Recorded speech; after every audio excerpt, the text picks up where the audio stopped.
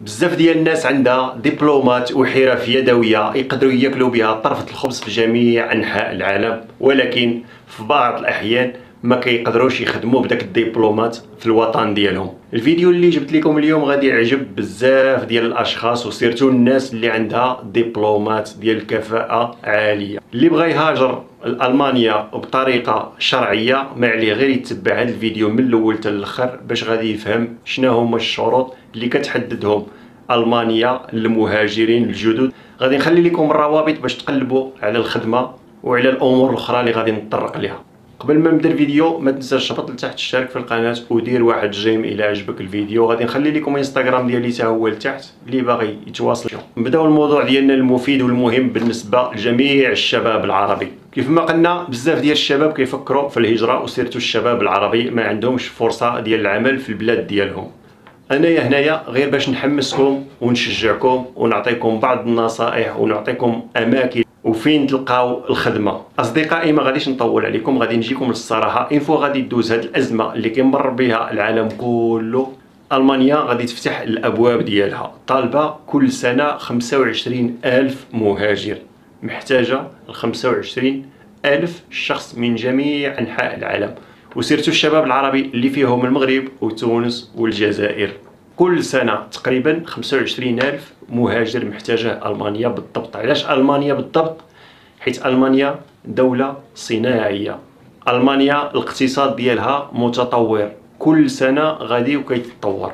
ألمانيا عندها نقص في اليد العاملة، ألمانيا عندها نسبة الشيخوخة عالية بزاف. هنايا كتبغي تستغل الظروف وتجيب اليد العامله من الخارج ويخدموا الاقتصاد ديالها ويعاونوا ويسكنوا حتى هما هنايا. كيف ما كتعرفوا المانيا في 2015 حلت الحدود ديالها امام اللاجئين. كانت كتظن بانها ملي غادي تفتح البوابه ديالها لذاك اللاجئين اللي جايين من العراق سوريا غادي يكون عندها اكتفاء ذاتي في اليد العامله، ولكن للاسف 70% ولا 65% ديال داك الاشخاص ما قدروش يتاقلموا، عايشين غير بالمساعدات، ما باغينش يخدموا.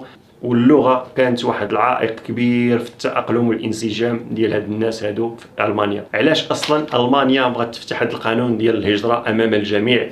حيت عندها نقص في اليد العامله. هذا هو الشيء اللي خلاها تفتح هذا القانون ديال الهجره. اصحاب الشركات بداو كيضغطوا على الحكومه، كيقولوا لا الا ما قلبتيناش على يد العامله هنايا تكون عندنا، ما كيهمهمش تكون اليد العامله رخيصه ولا غاليه. هما كيطلبوا اصحاب الشركات كيطلبوا غير تكون عندهم يد العامله.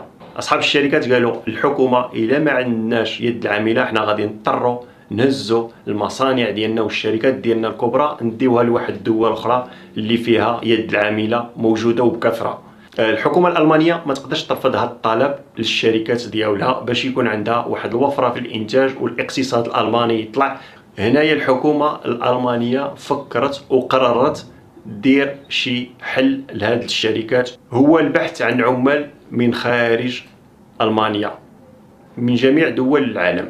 غير واحد الامر اللي بغيت نركز عليها الاخوان، هنا بالضبط في المانيا ما عندهمش داك القضيه ديال انت مسلم ولا انت يهودي ولا انت مسيحي. هنايا الالماني كيشوف الجوده ديال العمل ديالك، كيشوف كنتي شنو كتخدم، ما عندوش شي علاقه بالديانه ديالك. كيف ما بغات تكون الديانه ديالك، الهم الوحيد ديالهم هنايا هو العمل والجوده في العمل. انا عارفكم كتسولوا على شنو هما الشروط وشنو هما المسائل اللي خاص اي انسان يتوفر عليهم باش يمكن ليه يمشي لالمانيا. الشروط هي اللغه الالمانيه، اي واحد خاصو يكون عنده على الاقل المستوى ديال السادس في تعلم اللغه الالمانيه. كاين الناس اللي ما عمرهم قراو الالمانيه، هذه هي الظروف وهذه هي الوقيته اللي بامكانكم تمشيو تقراو اللغه الالمانيه. امكانك تقرا اللغه الالمانيه اونلاين ولا غير في اليوتيوب في الانترنت. الناس اللي كتضيع الوقيته ديالها تعلموا اللغه، تعلموا الالمانيه، تعلموا الانجليزيه، تعلموا الاسبانيه، وسيرتو بالضبط في الظروف هذه انسان ما عليه غير يتعلم اللغه الالمانيه. سهله ما صعيباش بزاف، بامكان اي واحد فيكم يتعلم عده احرف وكلمات ومن ثم يكون جمل ويقلب على راسه ويقلب على المستقبل ديالو. ما يبقاش يضيع الانسان الوقت ديالو في الخوى الخاوي غير يشوف فيديوهات تافهه وكلام فارغ. ما نخافش على المغاربه والتوانسه والجزائريين، فين ما حطيتيهم اللغات كيجيوهم ساهلين تقريبا، ما كيدوزوش واحد المده ديال 3 شهور 4 شهور. الناس اللي باغا تتعلم اللغه هما الناس اللي ما كدوش داك المده ديال 3 شهور 4 شهور. اما الناس اللي ما باغاش تعلم اللغه كيبقى يضرب لك تما 4 سنين 5 سنين ما تيفهم حتى كلمه ولا حتى شي جمله، كيفهم غير داك السلام لاباس صافي.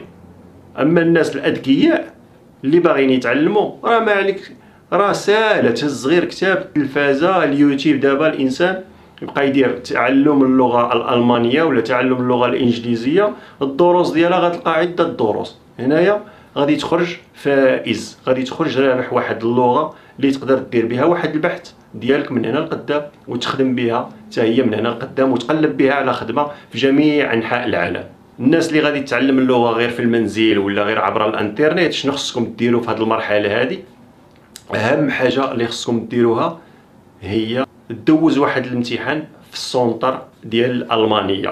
الشهاده اللي كيعطيوك في السونتر اللي كدوز عليها حتى هي بالفلوس، هاد الشهاده هذه كتمشي كدوز واحد الامتحان مع الاصدقاء تاع ان فوا كتنجح تيعطيوك واحد الشهاده. داك الشهاده كتجمعها مع الملف ديالك وكتدفعها هنايا القنصليه. الشرط الثاني هو الدبلوم ولا الحرفه. اي شخص كيتوفر على دبلوم ولا شي حرفه يدويه كيكون كيتوفر على واحد دبلوم. غادي نخلي لكم اللي لتحت ديال داك الرابط اللي بغى يدخل يدير ايكيفالون ديال داك الدبلوم اللي عنده، ما عليه غير يهبط لتحت ويشوف داك المسائل ويتبعها خطوه خطوه وغادي يفهم كلشي. شكون هما الاشخاص اللي كيطلبوا بدرجه اولى؟ كيطلبوا الممرضين، كيطلبوا الاطباء، حتى الناس اللي خدامين في ميدان البناء. جميع داك المسائل اللي كتعلق بالبناء حتى هي كيطلبوها هنايا، باللي ما فيها الناس اللي كتخدم في الماء، في الضوء، الكتريسيتي، الصباغه ما نساوهاش، كيقابلوا العجزه، اصحاب الاعلاميات والهندسه والبرمجه. هاد الناس هادو مطلوبين بواحد الدرجه اللي كبيره. كل هاد الناس هادو اللي قلت لكم مطلوبين، وسيرتو الشركات الكبرى بما فيها شركات تصنيع السيارات. جميع الامور ديال الشغل اللي كتعرفوها نتوما المانيا راه محتاجاها. الشرط الثالث هو ايجاد شغل. كيفاش تلقى خدمه؟ ما تخاف ما دارش. انا غادي نخلي لكم اللين لتحت كيفاش دير تقلب على خدمه من الاول حتى الاخر. داكشي ساهل. الناس اللي ما كتعرفش اللغه الالمانيه كل ما عليك ديرو هو تكوبي داك التكست ديال كله، غادي ديروا الترادكتور، غادي يترجموا لك كلشي. الترجمه غادي تترجم لك. هنايا حتى شي واحد فيكم ما يخاف، مادام كتدخل تبحث وتفرج في اليوتيوب عرف بانك ذكي باغي تقلب على راسك بهذا المصطلح هذا. الناس اللي ما عندها لا علاقه، ما كتفكرش في المستقبل ديالها، راه هما اللي ما غاديش يقدروا يفهموا هذه المسائل هذه.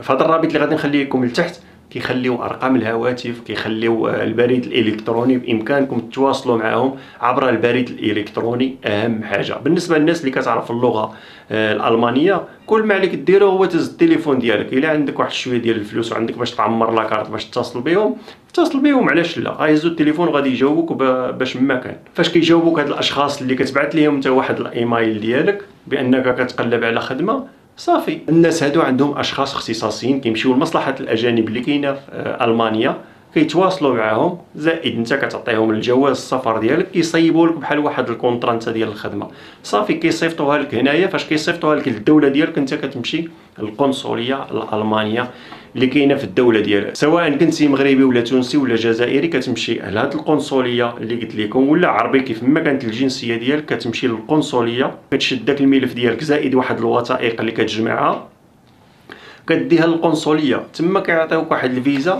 ديال الشغل، ما كيعطيوكش الفيزا ديال السياحه. داك الفيزا فيها المده ديال 6 شهور، صافي. تما حتى لا مشيتي وما عجبتكش الخدمه وخرجتي في داك المده ديال 6 شهور خصك تقلب على خدمه اخرى، كيعطيوك هذاك الفيزا، انت كتمشي كتقلب على راسك في الخدمه. هذه طريقه مزيانه.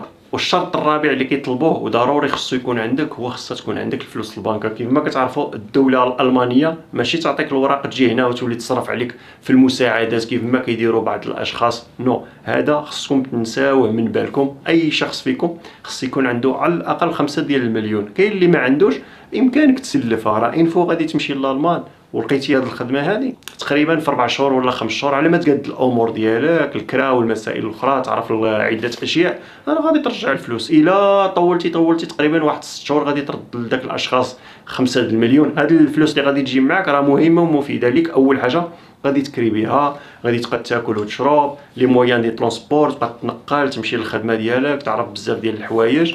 هذاك الشيء علاش كنجيب لكم انا هاد الفيديوهات هادو، غير فيديوهات تحفيزيه وتشجيعيه باش نتايا تولي تقلب على راسك من هنا لقدام.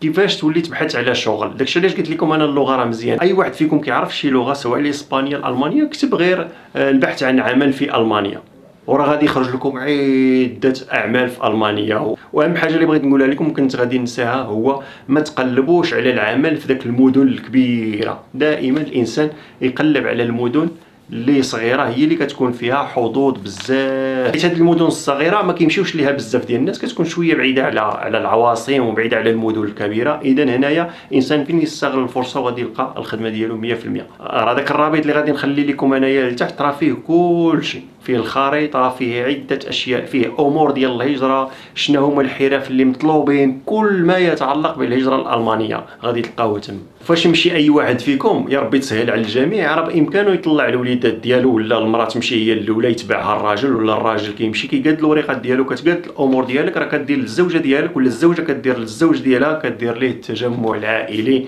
وسيرتو اللي عنده الوليدات حتى هو ان فوا كيشد الوريقات ديالو كيجيب وليداتو كيعيشوا معاه وكيعيشوا الحياه وكيخرجوا من الفقر وكينساو المشاكل. كتبدا صفحه جديده هنا، كتبدا الحياه ديال الرفاهيه كتمشي بشويه بشويه على حساب اي شخص فينا. الا عرفتي كيفاش تستغلها راه غادي تمشي لك مزيانه، ما عرفتيش كيفاش تستغلها راه القضيه راه غادي تمشي لك خايبه. كنتمنى حظ سعيد للجميع.